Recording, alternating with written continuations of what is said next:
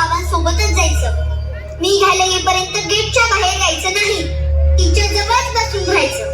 अगं आई पण असं का? सांगितलं ना काय ऐकायचं नाही माझं. नाही तर शाळेत आलं तुला रिक्षा लावून देते बघ. आणि रिक्षात मी पण यायचे. बाहेर अजिबात खेळायला जायचं नाही. गप्पा घरात बसायचं. टेन्शनच नको. समजलं? अगं काय रागवतेस तिला? लहान आहे ती अजून. अहो आई बघितलं ना बाहेर काय चालू आहे. काय झालं तर? काही नाही होणार तिला. करा काय करायचं ते. आजी आई अशी का बघते? दादाला कुठलंच बंधन नाही. हो ग. मग मला का?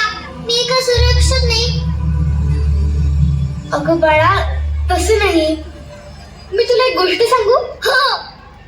रंभ नावाचा असू आणि जल विहार करणारी महिषा म्हणजेच म्हैस यांच्या संगमातून महिषासूर नावाचा अत्यंत क्रूर असुर जन्माला आला. त्याने कठोर तपश्चर्या करून ब्रह्मदेवाला प्रसन्न केलं आणि एक वरदान प्राप्त केलं. आता त्याला कोणी हरवू शकत नव्हतं. या तामसी राक्षसानं स्वर्ग, पृथ्वी आणि पाताळात हाहाकार माजवला होता.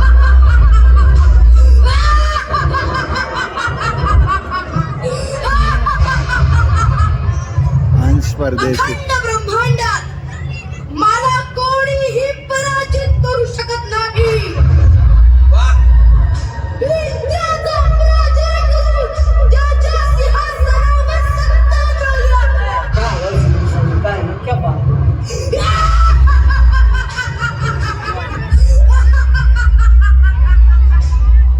संपूर्ण जग त्याच्या अत्याचाराला कंटाळलं होतं. मग ब्रह्मा, विष्णू आणि महेश त्यांच्या तेजातून आणि ऊर्जेतून त्यांची शक्ती असलेली एक देवी प्रकट झाली. तिचं नाव काय होतं माहितीये? काय? दुर्गा. त्या निर्दयी महिषासुराचा निपात माझ्या चातून होणार. ब्रह्मदेवाच्या वरदानाचा ज्यानं गैरवापर केला त्या महिषासुराच्या पापाचा घडा भरला आहे. देवी, परंतु लक्षात असू दे, हा महिषासूर मायावी राक्षस आहे.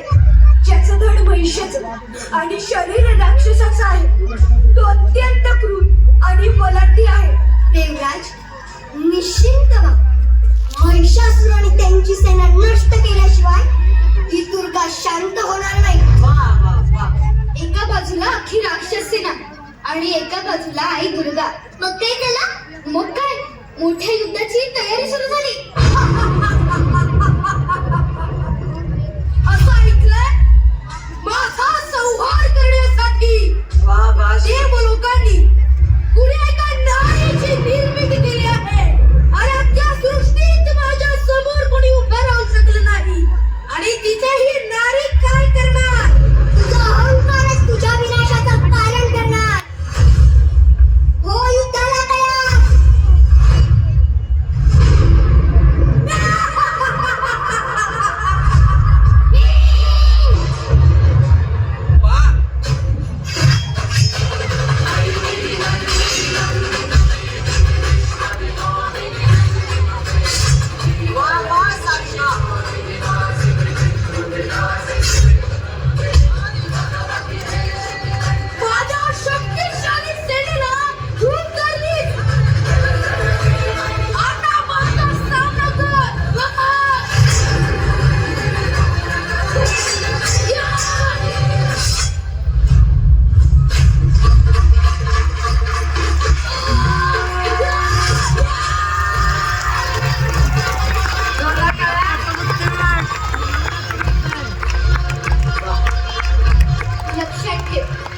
जेव्हा जेव्हा पृथ्वीवर अत्याचार वाढेल तेव्हा तेव्हा दुर्गा प्रकट होईल.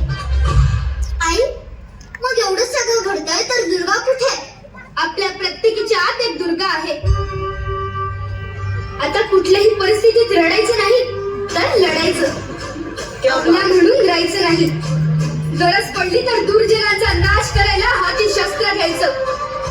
दुसऱ्यांची दृष्टी बदलायची असेल तर आधी आपला दृष्टिकोन बदलायला हवा. कारण त्यांना कळायला हवं, तू फक्त स्त्री नाहीस तर नारायणी आहेस, सरस्वती आहेस.